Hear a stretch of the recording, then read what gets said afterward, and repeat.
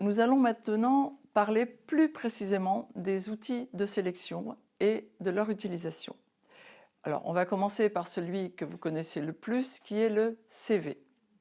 Donc, encore une fois, tout comme je vous l'ai demandé pour le processus de recrutement, je vous invite à prendre la posture de recruteur et à regarder les CV avec l'œil du recruteur. Bien que c'est effectivement les conseils que l'on a pu vous donner pour réaliser vos propres CV qui vont vous servir à faire la sélection lorsque vous allez avoir des CV à analyser.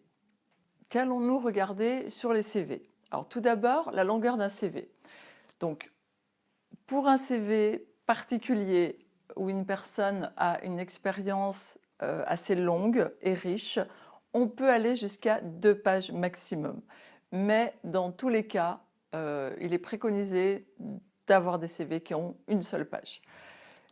Mais encore une fois, si votre expérience est légère, si un candidat cherche juste à remplir de l'espace, ça va être un critère de tri.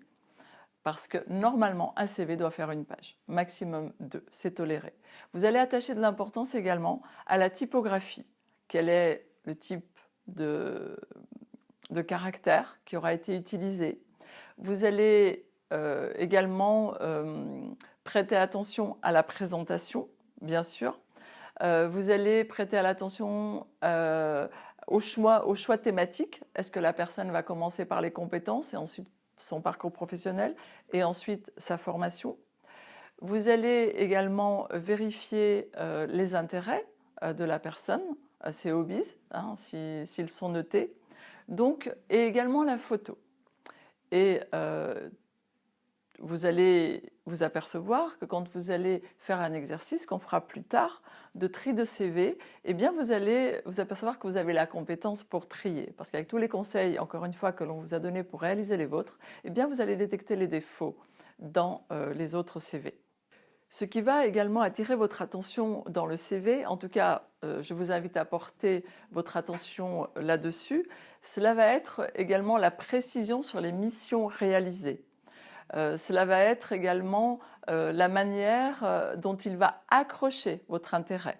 Aujourd'hui, les CV disposent tous, en tout cas on conseille aux personnes d'avoir une phrase d'accroche qui porte sur leur projet et qui les décrit succinctement. Vous allez également prêter une attention à la manière dont la personne va mettre en valeur ses compétences de savoir-être. Avant de démarrer la sélection des CV, la première chose à faire, c'est de vous remettre en tête le poste. Donc, pour cela, vous reprenez donc la fiche de poste et le profil de poste également. Et cela vous permettra d'avoir vraiment en tête. Ensuite, je vous invite à faire un résumé des compétences clés que vous devez repérer dans le CV. Et ensuite, vous pouvez procéder de la manière suivante. C'est ce qu'on appelle le tri des piles, et notamment des 3 piles. C'est-à-dire vous allez faire une pile des CV qui correspondent au profil recherché. Vous allez avoir une autre pile qui concerne les CV qui pourraient correspondre. Et ensuite, vous allez avoir une pile sur les CV qui ne correspondent pas. C'est ce qu'on appelle le système des 3 piles. Une fois que vous avez fait ce tri, vous allez bien sûr vous attacher d'abord à la pile des CV qui peuvent correspondre. Donc, dans la pile des CV qui peuvent correspondre, pour aller plus vite, si vous avez un nombre important de CV, je vous invite à choisir les critères essentiels, les critères indispensables. Par exemple, si vous devez recruter une assistante de direction qui doit être impérativement bilingue anglais, vous allez avoir ce critère-là, vous prenez tous les CV et vous allez directement à la rubrique langue. Et toutes les personnes qui ne parleront pas anglais, vous savez que de toute façon, même si tous les autres critères du CV sont OK pour vous, ça ne sera pas possible. Et donc vous allez pouvoir ainsi écarter rapidement. Donc l'idée, c'est d'avoir quelques critères et de passer la pile critère par critère, de manière à pouvoir valider au fur et à mesure et affiner votre tri. Donc, une fois que vous avez sélectionné vous avez fait toute la pile des CV qui pouvaient correspondre, vous pouvez passer à la pile où ce n'est pas complètement en adéquation, mais si vous n'avez pas trouvé dans la première pile des CV qui vous paraissait correspondre complètement, vous pouvez ensuite passer à la pile suivante. Dans tous les cas, je vous invite à ne jamais faire de classement vertical avec les CV qui vous paraissent ne pas correspondre, parce que vous pouvez passer à côté de profils intéressants et de vrais talents. Donc, même si vous le faites rapidement, je vous invite tout de même à regarder l'intégralité des CV que vous aurez sélectionnés dans ces 3 piles. Une chose importante que vous devez repérer dans les CV, c'est ce qu'on appelle les trous.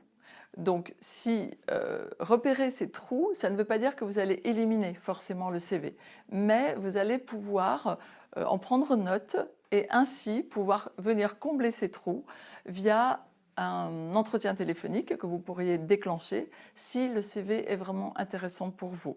Mais il est important pour un recruteur de repérer ces trous dans le parcours professionnel du candidat. Et vous garderez bien sûr pour la fin les CV qui vous ont paru indéchiffrables, que vous n'avez pas pu mettre dans aucune des 3 piles. Et néanmoins, comme je vous l'ai dit tout à l'heure, je vous invite tout de même à prendre quelques minutes pour regarder ces CV. Je vous ai parlé de la sélection des CV manuels. Néanmoins, aujourd'hui, il existe des logiciels qui vous permettent de faire une sélection beaucoup plus rapide, mais en aucun cas, ça ne pourra suppléer à votre appréciation.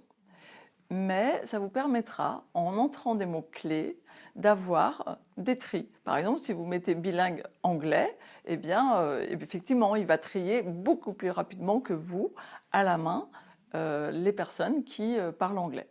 Donc, vous pouvez confier à un logiciel donc, ce premier tri.